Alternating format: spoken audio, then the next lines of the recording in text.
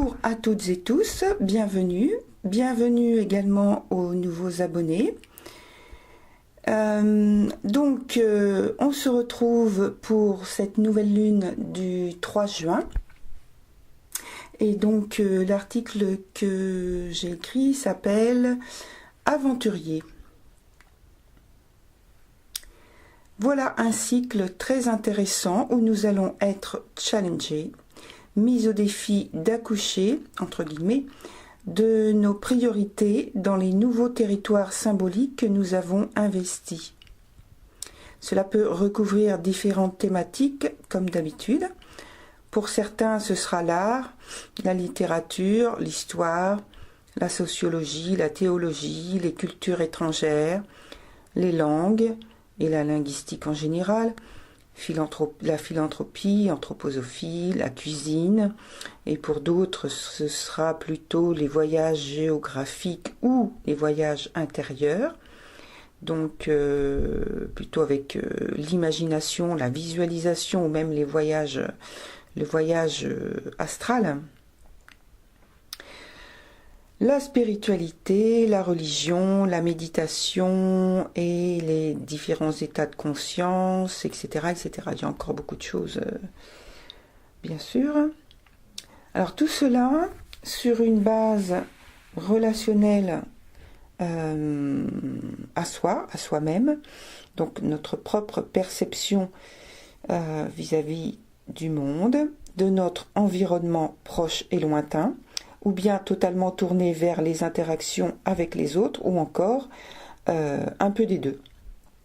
Parce que chaque thème individuel est différent, et le thème universel que j'utilise pour faire les interprétations peut avoir des contradictions suivant les planètes que vous avez dans les maisons, les aspects. Donc ça peut être des contradictions plus ou moins fortes, ou des harmonies, pareil, toutes plus ou moins fortes. Voilà. Alors, pour Mercure opposé à Jupiter rétrograde, Mercure nous met en contact avec donc Jupiter rétrograde. Il aspecte aussi la lune noire Périgée, qui est en maison 1 en Vierge. Il permet un mouvement plus agile, plus clair, plus audible. Il adapte le message délivré par la lune noire Périgée, selon lequel nous devons, par notre personnalité apparente ou plus subtile, nous devons nous transformer et adapter ou adopter une vision plus élevée de nous-mêmes en action dans le monde. C'est-à-dire notre environnement proche et lointain. Nous devons élever notre vision au-dessus des barrières psychologiques ou philosophiques que nous avons nous-mêmes créées ou acceptées par conditionnement culturel ou éducatif. En ne restant plus au niveau des convenances théoriques, en sortant les deux, dépassant une forme de pensée trop restrictive, trop cadrée, trop limitante, trop rigide, etc. C'est une invitation à spiritualiser nos actes et pensées, notre matière, la matière qui nous compose, c'est-à-dire notre corps, mais aussi, ici et surtout, celle que nous produisons, donc par la pensée et avec nos actes également. C'est l'œuvre d'entrer dans le rythme de la vie, c'est l'œuvre d'entrer dans le rythme de la vie et rester dans son harmonieuse vibration et énergie créatrice.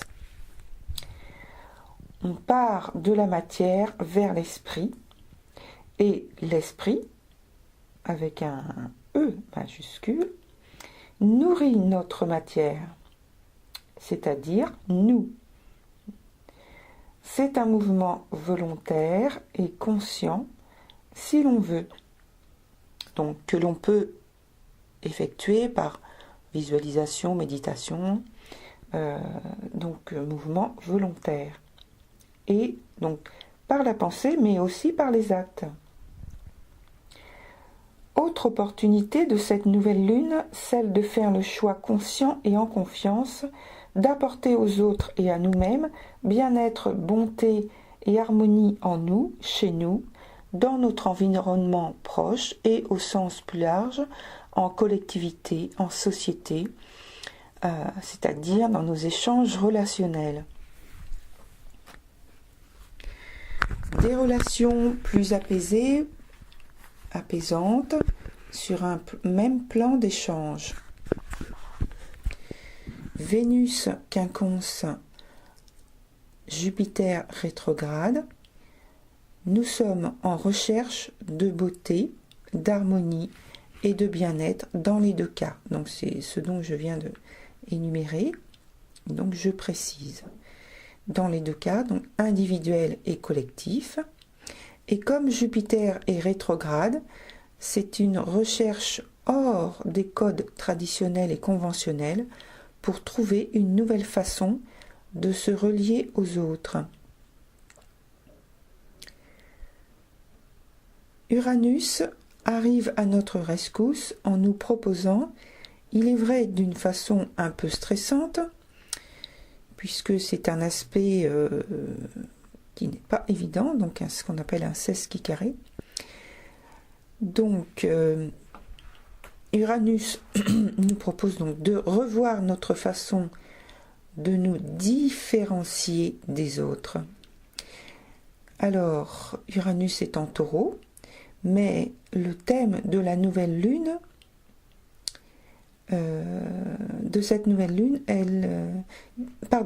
mais dans le thème de cette nouvelle lune, elle est en maison 9 et qui plus est en aspect à Jupiter rétrograde. Nous sommes donc contraints, peut-être par insatisfaction ou lassitude, de trouver ou rénover notre façon de nous relier au monde du divin. Alors, foi religieuse, spiritualité, enseignement théorique ou pratique consciencieuse, cet aspect vient troubler la plénitude dans laquelle peut-être nous étions, ou bien accentuer un trouble latent. L'inertie, parce que c'est en maison 4, et le 4 c'est l'aspect fixe, et donc ça peut être la stabilité, mais en même temps ça peut être trop rigide, ce dont je parle un peu plus loin. Donc l'inertie ou la stabilité est bouleversée, nos valeurs, nos croyances, notre spiritualité, etc. a besoin d'être dépoussiérée. Il faut tout simplement laisser émerger ce qui vient, même si on ne sait pas encore vers quoi et pourquoi nous allons dans une direction et pas une autre. Ne cherchons pas de comparaison avec, par exemple, un ami qui ne choisirait pas la même direction que nous. Aucun problème. Ce n'est pas notre chemin. Voilà tout. Jupiter rétrograde, opposé au Soleil et à la Lune qui sont en conjonction donc pour cette nouvelle Lune, en Gémeaux. Mercure est maître des Gémeaux. Souvenez-vous, quel nouveau territoire symbolique avez-vous conquis ou découvert lors de la rétrogradation de mars dernier? Car c'est avec ces éléments-là que nous avons à continuer de jouer.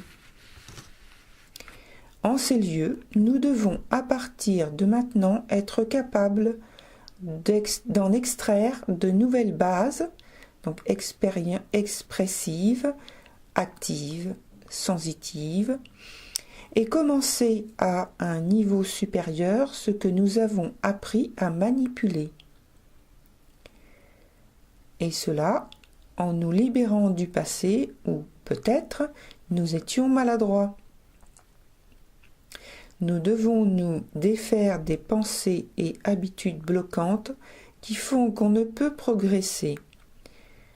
Ruminer ou s'infliger des « je ne sais pas »,« je ne peux pas » sans arrêt contribue à rigidifier l'énergie que vous dégagez et effectivement vous ne pouvez pas faire, agir ou penser. Puisque vous venez de le dire, l'énergie ne fait que faire ce que vous dites.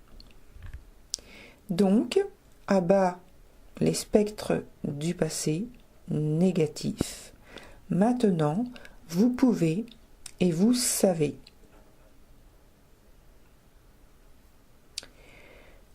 C'était Jenny pour la lecture de l'article de la nouvelle lune du 3 juin 2019. Je vous remercie pour votre écoute.